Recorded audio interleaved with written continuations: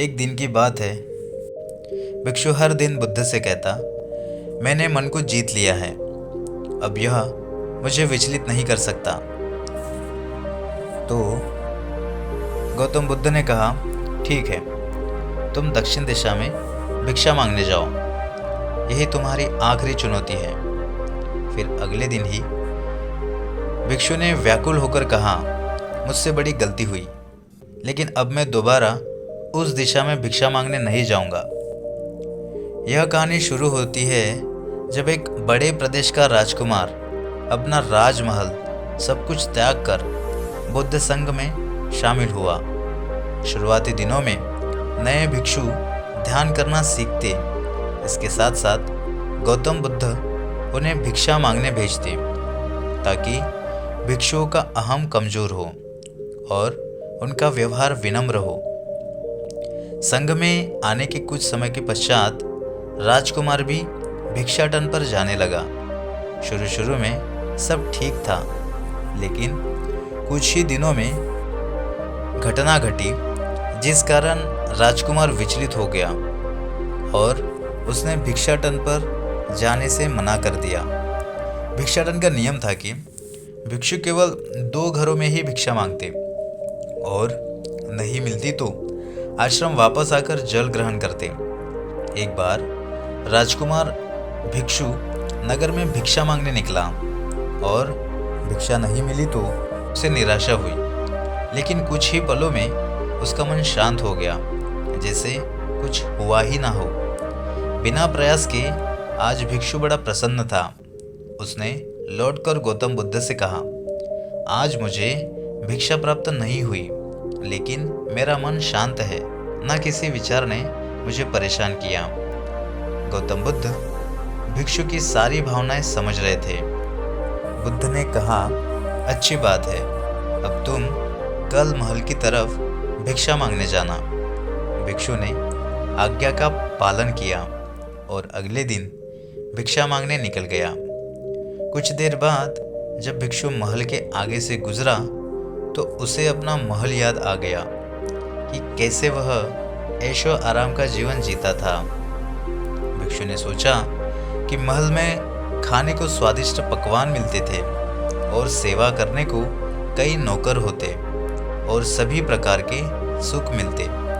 ऐसा सोचते सोचते भिक्षु के मन में इच्छा हुई कि आज बढ़िया भोजन मिल जाए। तभी भिक्षु सचेत हो गया कि वह अब अतीत की स्मृतियां हैं और मैं केवल इन्हें देख रहा हूँ। पुरानी यादों के ताज़ा होने से मन में कुछ इच्छाएं प्रकट हो रही है, यह भी मैं केवल देख रहा हूँ। अगर मैं इन शारीरिक इच्छाओं को पूरी करने की लालसा रखूं तो मैं मन की शांत और यह जागरूक अवस्था खो दूंगा। भिक्षु ने महसूस किया कि जब जब हम स्वयं को 2 कदम आगे ले जाते हैं, चेतना का स्तर ऊपर उठता है। तब तब मन इस प्रकार के खेल खेलता है कि जब हम मन को शांत करने लगते हैं, तब मन हमें बेचैन करने की पूरी कोशिश करता है। भिक्षु यह सोचकर बहुत खुश हुआ क्योंकि आज उसने आत्मचिंतन से मन के बारे में गहरी समझ और सूक्ष्म दृष्टि प्राप्त कर ली। भिक्षु ने आश्रम आकर गौतम बुद्ध को सारी बात बताई और कहा, तथागत, आज मुझे आपकी कृपा से सूक्ष्म दृष्टि प्राप्त हुई। मन हमें बार बार इच्छाओं में उलझाता रहता है। महल को देखकर मुझे भी पुराने सुखों का स्मरण हो आया, लेकिन आज भी विचार मुझे छू नहीं पाए। गौतम बुद्ध ने कहा, अच्छी बात है, कल नगर की दक्षिण दिशा में जाना, वहाँ एक हवेली है, वहाँ मन और विचारों पर उपदेश देकर आना। भिक्षु बहुत खुश हुआ। आज वो जल्दी जल्दी चल रहा था क्योंकि वो उपदेश देने जा रहा था। पर दोस्तों, इस बार की यात्रा भिक्षु पर भारी पड़ने वाली थी। कुछ ही देर में भिक्षु हवेली पहुंचा और भिक्षा के लिए आवाज लगाई। आवाज सुनकर एक सुंदर युवती बाहर आई। भिक्षु ने सोचा कि इस युवती की सुंदरता को देखकर मेरे मन में कोई विचार नहीं आना चाहिए, क्योंकि मेरा यहाँ आने का प्रयोजन तो इसको उपदेश देना है। युवती ने भिक्षु को प्रणाम किया और कहा, आइए पहले भोजन ग्रहण कीजिए। भिक्षु ने भोजन ग्रहण किया, फिर सोचा उपदेश देने से पहले थोड़ा आराम कर लेता तो अच्छा होता। यह सब सोच ही रहा था कि इसी बीच युवती ने कहा कि श्रीमान, आपने अभी अभी अन्न ग्रहण किया है, आप थोड़ा आराम कर लीजिए, फिर उपदेश शुरू करना। यह सुनते ही भिक्षु सतर्क हो गया। जो योजना वह मन में बना रहा था, यह महिला वह सब बिना बताए करती जा रही थी। भिक्षु ने सोचा, यह सब संयोग है, यहाँ लोग भोजन के बाद आराम करते होंगे। फिर भिक्षु आराम करने लेट गया और विचार करने लगा कि महिला कितनी समझदार है और इसकी सुंदरता बेजोड़ है। अगर मैं राजकुमार होता तो ऐसी ही स्त्री के साथ विवाह करता। भिक्षु के मन में ऐसे ही कुछ विचार चल रहे थे। इतने में युवती फिर से आई और बोली, अगर आप राजकुमार होते तो मुझे उपदेश कैसे देते भिक्षु जी? आप तो मुझे उपदेश देने आए थे ना। युवती का इतना कहते ही भिक्षु को स्पष्ट हो गया कि युवती तो मन पढ़ सकती है। भिक्षु घबरा गया और हाथ जोड़कर पूछा, क्या आप मेरा मन पढ़ सकती हैं? युवती ने कहा, क्षमा कीजिए, ध्यान करते करते मेरा मन शांत हो गया है, इसलिए बड़ी आसानी से मुझे दूसरों के विचार अपने आप महसूस हो जाते हैं, उनकी भावनाएं समझ आ जाती हैं। जब भिक्षु ने सुना तो पैरों तले जमीन खिसक गई। फिर बिना कुछ बोले भिक्षु तत्काल आश्रम की ओर चल पड़ा। रास्ते में चलते हुए भिक्षु का दिमाग फटा जा रहा था, उसकी बेचैनी बढ़ गई थी। भिक्षु खुद को कोसने लगा था कि मेरे मन में युवती के लिए ऐसे विचार क्यों आ रहे थे। उसने मेरे बारे में क्या सोचा होगा? अगर यह बात लोगों को पता चलेगी तो लोग भिक्षु और संघ के बारे में क्या सोचेंगे? आज भिक्षु बहुत लज्जित महसूस कर रहा था और वह थोड़ी ही देर में आश्रम पहुंच गया। जब भिक्षु गौतम बुद्ध के सामने पहुंचा तो तथागत ने देखा कि उसके चेहरे की रौनक जा चुकी है। दोनों कंधे झुके हुए थे। भिक्षु ने बुद्ध से कहा, अब मैं कभी भिक्षा के लिए नहीं जाऊंगा। बुद्ध ने कहा, पहले आराम से बैठो, फिर मुझे बताओ कि तुम्हारी चाल में इतना थकान क्यों है। आज तुम्हारे चेहरे पर तेज की जगह ग्लानि की भावना क्यों है? भिक्षु ने सारी बात बताई और कहा, मैं सब कुछ जानते हुए भी महिला की सुंदरता के बारे में और अन्य चीज़ों के बारे में सोच रहा था। मैं मन से पूरी तरह हार गया। अब मैं कभी उस दिशा में नहीं जा पाऊंगा। मैंने बुद्ध संघ का भारी अपमान किया है।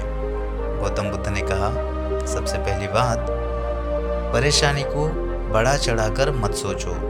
अगर कुछ बुरा हो जाए तो एकदम से यह मत सोचो कि सब खत्म हो गया। बिना सोचे निष्कर्ष पर मत जाओ। दूसरी बात, ध्यान दो कि कहीं तुम नकारात्मक विचारों के साथ अतिशयोक्ति करने वाले शब्दों का प्रयोग तो नहीं कर रहे। जैसे, मैं हमेशा हारता हूँ, जीवन में कुछ नहीं बचा, मैं मन से पूरी तरह हार गया, मेरे साथ कोई नहीं है। क्योंकि ऐसा करने से मन अति भावुक और विचलित हो जाता है और नकारात्मक विचारों के चक्र में फंसा रहता है। बुद्ध के शब्दों से राजकुमार भिक्षु के मन को सांत्वना मिली। भिक्षु ने पूछा, अगर मैंने अपने मन को जीत लिया था तो फिर मन ने मुझे परेशान क्यों किया? बुद्ध ने कहा, सबसे पहले यह समझो कि विचार पैदा कैसे होते हैं। पहले बाहर कुछ हुआ, फिर उस घटना के प्रति अंतर्मन ने प्रतिक्रिया की। इस कारण शरीर में भावना या सनसनी पैदा हुई और फिर फीलिंग के प्रति तुम्हारे सचेत मन ने यानी कॉन्शियस माइंड ने प्रतिक्रिया की। इस आखिरी स्टेप को हम विचार कहते हैं। भिक्षु ने पूछा, हमको परेशान करने की विचारों में इतनी शक्ति आती कहाँ से है? बुद्ध कहते हैं कि हम खुद विचारों को यह शक्ति प्रदान करते हैं। जब आप जजमेंट और सही गलत के टैग लगाकर विचारों को देखते हो तो उनके प्रति रिएक्ट करने लगते हो। एक विचार के साथ अन्य विचार भी सोचने लगते हो। जब तक आप खुद को जज करोगे तब तक मन आपको नीचा दिखाकर हावी होता रहेगा। भिक्षु ने पूछा, फिर मन शांत कैसे होगा? बुद्ध ने कहा, अगर विचार है तो शरीर में भावना भी महसूस हो रही है, क्योंकि हर विचार भावना के साथ प्रकट होता है।